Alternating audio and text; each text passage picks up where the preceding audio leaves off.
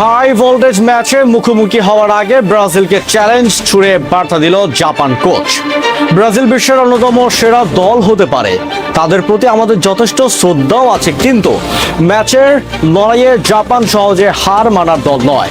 আমরা তাদের আগেও হারিয়েছি, এবারও জেতার সুযোগ আমাদেরই থাকবে। বন্ধুরা, রাউন্ড অফ 32 এর মহাযুদ্ধে 5 বারের বিশ্ব চ্যাম্পিয়ন ব্রাজিলের মুখোমুখি হওয়ার ঠিক আগ মুহূর্তে বিশ্বমঞ্চে দাঁড়িয়ে সাম্বা বয়দের সরাসরি এক চরম হুঙ্কার ও খোলা চ্যালেঞ্জ ছুড়ে দিলেন জাপানের master mind coach Hajime Moriyasu.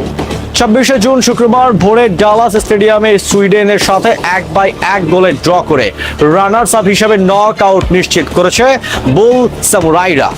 আর টেবিলের সমীকরণ অনুযায়ী শেষ 16তে ওঠার এই বাঁচা মরা লড়াইয়ে তাদের সামনে এখন দাঁড়িয়ে ফুটবল পরাশক্তি ব্রাজিল। কিন্তু ব্রাজিলের মতো এত বড় নামের ভারে একটু চাপে না পড়ে উল্টো অতীত ইতিহাসের এক গোপন পাত্তা উল্টে ব্রাজিলের শিবিরকে কাঁপিয়ে দিয়েছেন জাপান কোচ। ঠিক কোন আত্মবিশ্বাসে ব্রাজিলকে হারানোর বাজি ধরছেন মোরিয়াসু? কি ছিল তার সেই গোপন বার্তা? চলুন এই ভিডিওতে জাপান কোচের চ্যালেঞ্জ এবং হিউস্টন স্টেডিয়ামের এই হাই ভোল্টেজ ম্যাচের নেপথ্যের কাহিনী নিখুঁত ব্যবস্থিত করা যাক। তাহলে দেখতে থাকুন।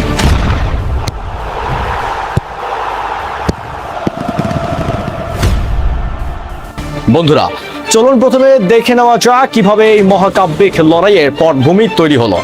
গ্রুপ পর্বের শেষ ম্যাচে ডালাস স্টেডিয়ামে সুইডেনের মুখোমুখি হয়েছিল জাপান।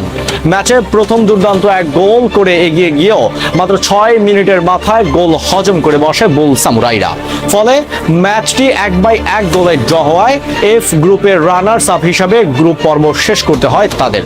আর গ্রুপের দ্বিতীয় হওয়ার খেসারত হিসেবেই নক আউট পর্বের প্রথম ম্যাচে জাপানের প্রতিপক্ষ হয়েছে সি গ্রুপের অপরাজিত চ্যাম্পিয়ন ব্রাজিল।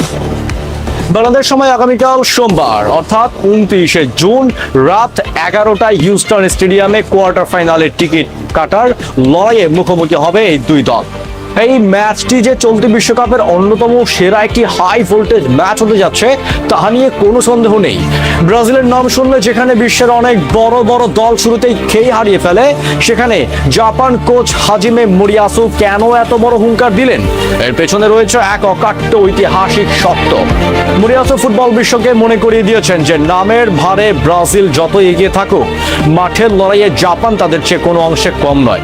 ফ্ল্যাশব্যাকে তাকালে দেখা যায় গত বছরের অক্টোবরে টোকিওর ঘরের মাঠে একটি অফিসিয়াল ফিফা প্রীতি ম্যাচে এই ব্রাজিলকেই 3-2 গোলে ব্যবধানে মাটিতে নামিয়ে এনেছিলেন জাপান।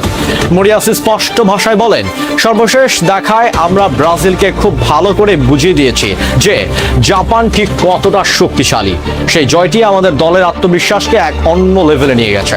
আমরা প্রমাণ করেছি আমরাও বিশ্বের যে কোনো পরাশক্তিকে হারাতে পারি।